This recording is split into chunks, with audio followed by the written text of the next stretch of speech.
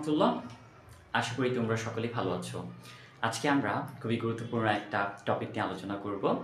মনে করো তোমাকে একটা সমীকরণ দেওয়া আছে। এই সমীকরণ থেকে তোমাকে জানতে চাইলো যে এটা পরাবৃত্ত, এটা বৃত্ত, এটা উপবৃত্ত নাকি এটা অধিবৃত্ত। তো এই বিষয়টা আসলে আমরা দুইভাবে দেখব। একটা হচ্ছে কি শর্টকাট মেথডে, আর একটা হচ্ছে বিস্তারিত। তাহলে চলো প্রথমে আমরা বিস্তারিত আলোচনা করি। এখানে দেখো ডান পাশে আমি লিখে রাখছি যে একটি আদর্শ দ্বিঘাত সমীকরণ। তো একটি আদর্শ দ্বিঘাত সমীকরণ কি আছে? ax square plus 2hxy plus by square plus 2gx plus 2fy plus c equal 0। তো আসলে তোমাকে এই সমীকরণ থেকে দুইটা বিষয় খুব ভালো করে জানতে হবে। সেটা হচ্ছে এই x স্কয়ারের সহগ হচ্ছে কি a, এটা তুমি খুব ভালো করে বুঝবা। y স্কয়ারের সহগ হচ্ছে b, এটা তুমি খুব ভালো করে বুঝবা। বাট এখানে যে বিষয়টা একটু মনে রাখা লাগে সেটা হচ্ছে দেখো xy এর সহগ হচ্ছে 2h, বাট আমি শুধু h এর মান চাচ্ছি জানতে। সো h এর মান জানতে চাচ্ছি, h ইকুয়াল xy এর সহগ ডিভাইডেড বাই 2। তার মানে শুধু h এর মান যদি বের করতে চাও xy এর সহগকে 2 দ্বারা তোমাকে ভাগ করা লাগবে, তাহলে তুমি h এর মান পেয়ে যাবা। এখন চলো আমার শর্ত চারটা। দ্বিতীয় শর্তটা একটু খেয়াল করি। ab মাইনাস এইচ স্কয়ারের মান যদি শূন্য হয় তখন এটা পরাবৃত্ত হয়ে যাবে। তো আসলে এই যে সমীকরণ থেকে এর মান পাবা, বি এর মান পাবা, এইচ এর মান পাবা, বসাই দিবা। ক্যালকুলেশন করে যদি শূন্য পাও সেটা হয়ে যাবে পরাবৃত্ত। আর যদি শূন্য থেকে বড় হয়, এই যে দেখো ab minus H square greater than 0, তখন এটা উপবৃত্ত হয়ে যাবে। যদি ab মাইনাস এইচ স্কয়ার মান শূন্য থেকে ছোট হয় তখন সেটা হয়ে যাবে অধিবৃত্ত। আরও একভাবে এইগুলো আইডেন্টিফাই করা যায়, সেটা হচ্ছে যদি ই এর মান ই, দ্যাট মিনস ইসেন্ট্রিসিটি মানে উৎকেন্দ্রিকতা, তখন ই এর মান হয়ে যাবে 1, তখন হয়ে যাবে প্যারাবোলা মানে পরাবৃত্ত। তারপরে ই এর মান যদি শূন্য থেকে বড় 1 থেকে ছোট হয় তখন সেটা হয়ে যাবে আমার উপবৃত্ত। এবং ই এর মান যদি 1 থেকে বড় হয় সেটা হয়ে যাবে আমার হাইপারবোলা মানে হচ্ছে অধিবৃত্ত। তো লাস্ট অফ অল যে বিষয়টা আছে, 1 নম্বর শর্তটা, এটা তোমরা সকলেই জানো, তাও আমি বলে দিচ্ছি বিস্তারিত। সেটা হচ্ছে যে এইচ এর মান 0 হবে, তার মানে বৃত্তে কখনোই এক্স ওয়াই রিলেটেড পদ থাকা যাবে না, প্রথম শর্ত। দ্বিতীয় শর্তে সে বলতেছে যে এ এবং বি সমান হবে, তার মানে এক্স স্কয়ারের সহগ এবং ওয়াই স্কয়ারের সহগ অবভিয়াসলি সমান এবং সেটা 1 হতে হবে।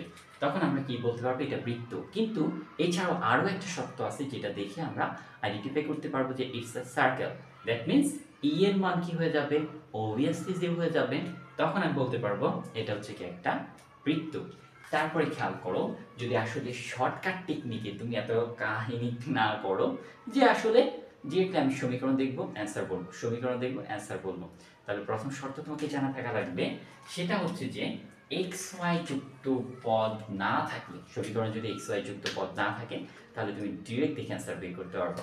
চলো 2 নম্বর শর্তটা একটু খেয়াল করো। 2 নম্বর শর্তে বলতেছে এক্স স্কয়ার ও ওয়াই স্কয়ারের সহগটা একই চিহ্ন, সেম চিহ্ন হয়ে যাবে, আর প্লাস প্লাস অথবা মাইনাস মাইনাস একই চিহ্ন বিশিষ্ট, এবং মানটা অবভিয়াসলি অসমান হবে, মানে সমান হওয়া যাবে না। তখন আমরা এটারে বলবো হচ্ছে উপবৃত্ত।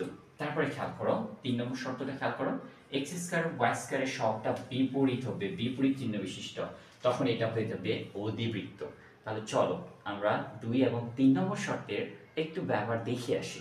তুমি দেখো एग्जांपल 1 এর মধ্যে যদি আমি খেয়াল করি, y স্কয়ারের সহগ হচ্ছে 1, x স্কয়ারের সহগ হচ্ছে 1, কিন্তু এখানে -1, মানে y স্কয়ারের সহগ হচ্ছে +1 আর x স্কয়ারের সহগ হচ্ছে -1। খেয়াল করো তো 2 নম্বর শর্ত আমাকে এক্সিস্ট করতেছে নাকি 3 নম্বর শর্তটা আমাকে এক্সিস্ট করতেছে? দেখো x স্কয়ার এবং y স্কয়ারের সহগটা যদি বিপরীত চিহ্ন হয়, দেখো একটা পাইছে প্লাস একটা পাইছে কি মাইনাস, তখন সেটাকে আমরা বলবো হচ্ছে কি হাইপারবোলা। দেখো দেখে দেখে কিন্তু বের করা যায়, আমার ওইভাবে বের করার দরকারই হয় না। তারপরে আসলে একটু খেয়াল করি, আমরা 3 নম্বর যেই উদাহরণটা আছে এটা একটু খেয়াল করি। এটা দেখার আগে আমাকে 4 নম্বর শর্তটা আমাকে একটু ভালো করে খেয়াল করা লাগবে। বলতেছে এক্স স্কয়ার ওয়াই স্কয়ারের মধ্যে যে কোনো একটি যদি অনুপস্থিত থাকে তখন সেটারে বলবো প্যারাবোলা মানে পরাবৃত্ত। তোমরা সবাই জানো এক্স স্কয়ার ইকুয়াল 4ay অথবা ওয়াই স্কয়ার ইকুয়াল 4ax, এটা হচ্ছে আদর্শ আকার যেখানে x square equal 4ay, x এর পাওয়ার আসছে 2, ওয়াই এর পাওয়ার কিন্তু 1, মানে যে কোনো একটা চলকের পাওয়ার যদি আমার কি হয়ে যায়, মানে 1 হয় অথবা 2 হয়, ওই দিকে যাব না, যাব হচ্ছে এক্স স্কয়ার এবং ওয়াই স্কয়ারের মধ্যে যে কোনো একটা যদি অনুপস্থিত থাকে। তার মানে তুমি খেয়াল রাখবা যে এক্স স্কয়ার এবং ওয়াই স্কয়ারের মধ্যে কোন চলকটা নাই। যদি না থাকে মানে যে কোনো একটা যদি না থাকে এটার বলবো পরাবৃত্ত। সেম একটু খেয়াল করি, এই যে দেখো 3 নম্বর এক্সাম্পলটা x² - 4x - 2y + 1 = 0, এটা একটা পরাবৃত্ত হয়ে যাবে। কারণ দেখো এখানে শুধুমাত্র x এর উপরে স্কয়ার আছে, অন্য কোনো চলকের উপরে স্কয়ার নাই। তো তুমি কিন্তু আবার এই কাজ করতে জানো না, যে ক্লাসে স্যার শিখাইছে যে সর্বপ্রথম যে কাজটা করব x² এর সহগগুলা মানে পদগুলো একসাথে লিখব, আর বাকি যত পদ আছে এই যে -2y ডান পাশে নিয়ে গেলাম, এই +1 ওই পাশে নিয়ে গেলাম -1, তারপরে দেখো x² এর সহগ কত আছে এখানে 1, এটাই থাকবে।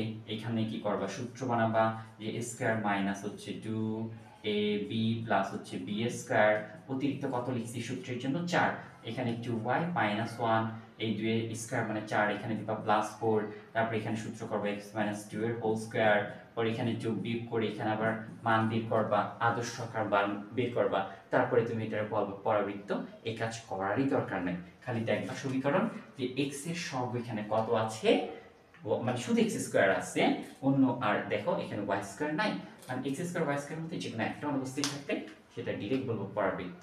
তারপরে 2 নম্বর শর্তটা একটু খেয়াল করো, 2 নম্বরটাও দেখে কিন্তু আমরা 2 নম্বর এক্সাম্পলটা দেখেও কিন্তু আসলে আমরা ডিরেক্ট আইডেন্টিফাই করতে পারি। যেমন দেখো 9x² - 16y² + 18x - 48y, এখানে কিন্তু xy যুক্ত পদ নাই, খেয়াল করেন এখানে x² সহগ 9, y² সহগ হচ্ছে -16, মানে হচ্ছে x² y² সহগ হচ্ছে কি বিপরীত চিহ্ন আছে, তার মানে এটা অধিবৃত্ত।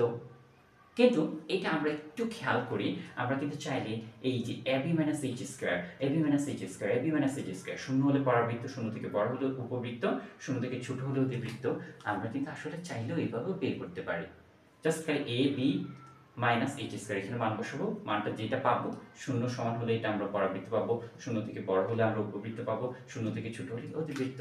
আর এই টেকনিকগুলো ফলো করলে দেখে দেখে অ্যান্সার করতে পারবা, তোমার ওইভাবে বের করা লাগবেই না। চলো আমি একটু বড়ভাবে করা যায় সেটা একটু তোমাদেরকে দেখাই, তাহলে তোমরা খুব ভালো করে ফিল করতে পারবা।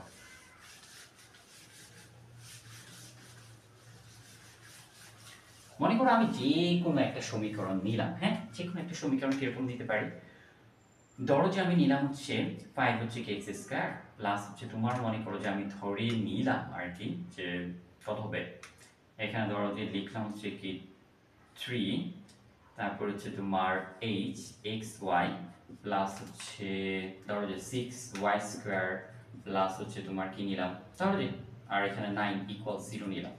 তো এই সমীকরণটা জাস্ট আমি বানাই দিলাম, এই সমীকরণটা বলতেছি যে এই সমীকরণটা যে আসলে ওই বৃত্ত পরাবৃত্ত বৃত্ত নাকি অধিবৃত্ত সেটা আইডেন্টিফাই করো।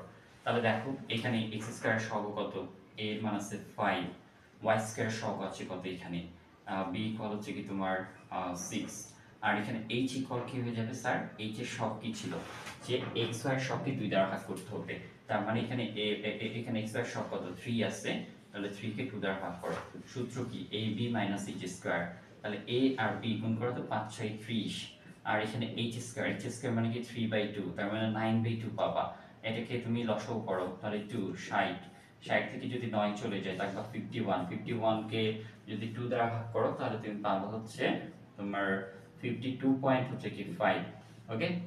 তাহলে তোমার কথা হচ্ছে এটা শূন্য থেকে বড় হচ্ছে, তা শূন্য থেকে বড় হলে সেটা কি হয়ে যাবে, উপবৃত্ত হয়ে যাবে, এই যে শূন্য থেকে বড় হয়ে গেছে তার মানে এটা হচ্ছে কি একটা উপবৃত্তের সমীকরণ। তার মানে আমরা চাইলে এভাবেও বের করতে পারবো, বাট এই শর্টকাট টেকনিক ইউজ করা লাগবে যদি এক্স ওয়াই যুক্ত পদ না থাকে, তাহলে তুমি ডিরেক্ট দেখে দেখে অ্যান্সার করতে পারবা। আশা করি লেকচারটা খুব সুন্দর করে তোমরা বুঝতে পেরেছো। যদি এই লেকচারটা সুন্দর করে বুঝতে পারো তাহলে পরবর্তী লেকচারগুলোর অপেক্ষায় থাকো।